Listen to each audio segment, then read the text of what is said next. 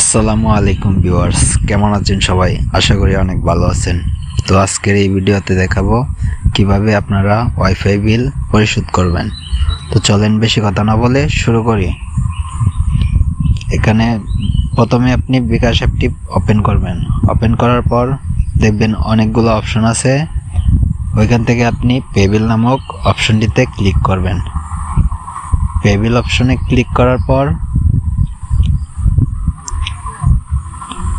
Internet অপশনে click করবেন। Internet অপশনে ক্লিক করার পর নিচে দেখবেন অনেকগুলা ওয়াইফাইয়ের কোম্পানি নাম আসবে। তো এখান থেকে আপনার যেই কোম্পানিটি ওইটি সিলেক্ট করবেন। তো আমারটি আমি সিলেক্ট করতেছি। আমারটি হচ্ছে মিলেনিয়াম কম্পিউটার অ্যান্ড নেটওয়ার্কিং। ওইটা আমি সিলেক্ট করে দিচ্ছি, আপনারা আপনাদেরটা করবেন। তো সিলেক্ট করার পর যে মাসে ওয়াইফাই বিলটি পরিশোধ করবেন এই মাসটি সিলেক্ট করে দিবেন।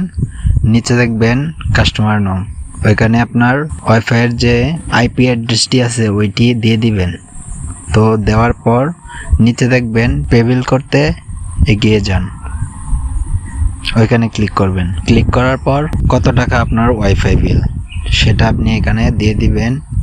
তো দেওয়ার পর দেখবেন আপনার সব কিছু ঠিকঠাক আছে কিনা, কত টাকা ওয়াইফাই বিল ওইটা আপনি দিয়ে দিবেন। দেওয়ার পর নিচে দেখেন পরের ধাপে যেতে ট্যাপ করুন, ওইখানে ক্লিক করে দিবেন। ক্লিক করার পর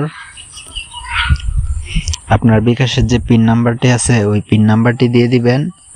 দেওয়ার পর পিন কনফার্ম করুন, ওইখানে ক্লিক করে দিবেন।